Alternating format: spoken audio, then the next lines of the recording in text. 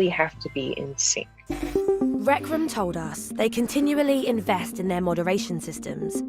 Users can limit the voices they hear to only friends, favourite friends, their current party, or none. They said they use a combination of automated systems with human oversight and review that both proactively and reactively moderate code of conduct violations.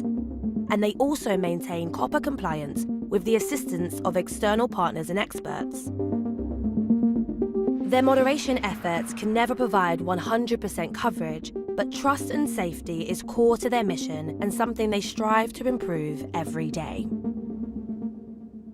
The abuse and harassment I've already witnessed in the metaverse is bad enough to shock most adults, but I've begun to notice there are kids in there too. When they get caught up in it, things get a whole lot worse. So, do you still enjoy getting head from 14? Yep. Are kids safe in the metaverse? We found evidence to suggest they're not. Yes. I like little girls from the age of 9 to 12. That's just my thing.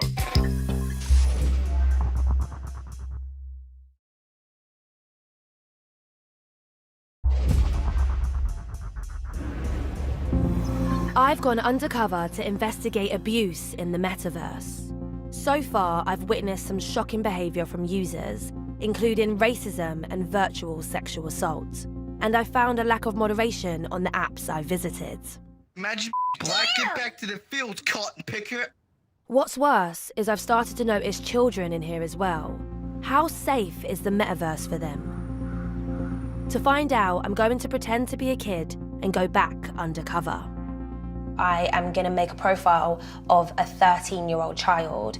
Now, that's the youngest age that the headset said it's suitable for. But to be honest, I could be 10 making this. It doesn't ask for any ID when I make new social media profiles. So I could be any age in reality. So the VR headset that I'm using is called Quest, which is owned by Facebook, now known as Meta. And they just announced that they are going to be introducing basic parental controls with their headsets. This will include an automatic block on downloading or purchasing age-inappropriate apps in the Oculus Store. Although the apps I've witnessed this shocking behaviour in are rated as PG and for age 7+. So this is my Facebook page for Ivy Smith, born on the 1st of January 2009. And now I'm ready to get my headset on. Concerns have been raised as to whether apps are doing enough to protect children in the metaverse. I'm going back into VR chat as 13-year-old Ivy to see what rooms I can get access to. This is one of the rooms that feels like it's more geared towards adults, but nothing's stopping me. My profile is set to be a 13-year-old and I've just clicked go, so. If I roll this dice and I get if I get a 5, she has to suck the. Exactly. Okay, well, you can go into a club. Exactly. This is a minor. Yeah. This is actually 15. I'm actually young as hell, too. It sounds like there are loads of kids around. We've obscured what happens next. So you like getting head from minors? Oh my gosh, are they simulating sex? So, do you still enjoy getting head from minors? 14. They sound like kids. We showed our footage to Andy Burrows, Head of Child Safety Online Policy at NSPCC. The clips are really disturbing. You can just count the ways in which children are being exposed to really troubling experiences. I think any parent will watch those clips and think, I wouldn't want my son or daughter being exposed to that type of content. I think it's a very clear breach of safeguarding. It's chaos. I feel uncomfortable. Apparently, I'm 13 and I'm just witnessing all of this. The stakes here are so much higher because this isn't just about children hearing inappropriate things or having troubling experience. You know, this is a real immersive environment. It isn't just text on a screen. That avatar there is in that space and it's feeling very real to them. The ways in which harm can be experienced and felt could be significantly greater than other forms of technology that we've seen before. Seeing what was happening to other child avatars was bad enough. But then, despite me saying my avatar was 13, some unwanted male attention came my way. Hey, I'm 13. What if I pressed you against the wall with my massive titties and said nothing? Dude, that's a 13-year-old. Back away! There's someone who's in a bikini who will not leave me alone. I've told them I'm 13, I'm trying to run away from them, and they're just chasing me around this club. Back away! One of the safety features VR chat offers is the option to block other users. I might try to block them and see what happens. Yes. Oh, they've gone. I'm starting to feel a bit sick. Oh, how long have I been in there? Oh. I'm an adult and I'm overwhelmed and I'm a bit scarred at what I've seen. It's not a place that you want kids to be. Children are going into those spaces expecting that they will be safe. And what you're seeing is spaces that are being designed to appeal to children, to draw children in, but then no even cursory attempt at safeguarding, at moderating. You have an online Wild West. Only in response to negative media coverage are we now seeing Meta roll out parental controls. What does it say about that company's commitment to child safety? It isn't enough to pass the responsibility to parents. That responsibility sits with Meta to make sure that its products are safe by design.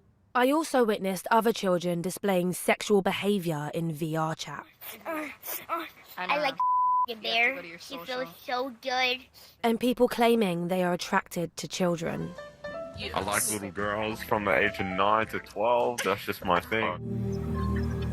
Today's experience was nothing short of phenomenal, I would say. I think that the level of access my underage account has to content that is so explicit.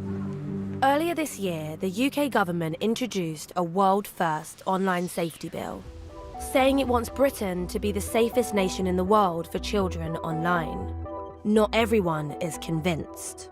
Right now, this legislation, at best, it's not clear, and at worst, it's enabling companies to dodge their responsibilities when they're building new products like the Metaverse. So the online safety bill has to tackle these problems. The bill holds tech firms accountable for content users post on their platforms, with an additional duty to protect young people from legal but harmful content. If companies fail, they could face hefty fines from Ofcom. I showed Damian Collins MP, chair of the Joint Committee of the Draft Online Safety Bill, footage from the investigation. It really worries me. You're creating experiences that feel real. The problems that we know exist in the real world, we've created laws to try and protect people from them. They could exist in a way which is totally uncontrolled in the metaverse unless we make sure that we can police it. Are you confident in the online safety bill? Yes, I am. It is the necessary first step to make companies responsible for the tools they create. It's about making sure that the areas that should be in scope are, and the regulators clearly got the power to act in those spaces. If a company can turn around and say, well, there's no way of policing the site in the way that you want, or this experience in the way that you want, the challenge to the regulator then is going to be is to say, okay, we accept you're doing as much as you can do, or the regulator could say, well, this is so bad that if you can't police it, why is it running? It is not yet in a state where it can be safely launched. We asked the Department for Digital Culture, Media and Sport to comment, and they pointed us to this statement by the Culture Secretary last week about the online safety bill. It is the online safety bill. Metaverse is included in the bill, and not only is it included, but moving forward, the provisions that are put in the bill will allow us to move swiftly to deal with Metaverse and others. I mean, we didn't even know TikTok existed when this bill started its progress through journey, which will allow us to move quickly to respond. VR Chat told us underage users are not permitted to register an account. If they lie about their age and are detected on the platform, they are immediately banned. User safety is a top priority for VR Chat, and they've provided users with a number of tools to help them protect themselves. When reported, content violating their terms of use is removed immediately after review. Likewise, users violating VR Chat's terms of use face suspension or termination of their accounts. In addition to the standard block, mute and kick tools in VR Chat, the app also has an on-by-default personal space tool launched in 2017 that hides users that approach you too closely. They added they're working hard to make VR chat a safe and welcoming place for everyone. Predatory and toxic behaviour has no place on the platform. About what I witnessed on VR chat and Rec Room, Meta told us they don't own these apps, and they can be used on phones, laptops and other VR devices, not just Quest. They encourage other companies to opt into the identity system they've created, because their system allows people to block or mute abusive users more effectively across all virtual worlds. They cannot take action against customers on devices they don't make. They added that they prohibit anyone under 13 from creating Quest accounts and design some experiences only for people 18 and over. There's little doubt that the metaverse is set to transform our lives, and much will be for the better. But my investigation has revealed just how dangerous it can be, especially for children. It's not clear who's going to protect us, and more importantly, our kids.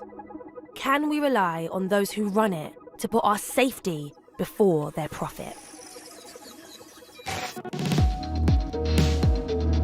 Support information for the issues raised can be found online at channel4.com/support. Next Monday, the Food Unwrapped team turn their attention to all of our supermarket secrets, from ready meals to the war on waste. That starts at 8. Stay with us next. The Travel Man's in Antwerp.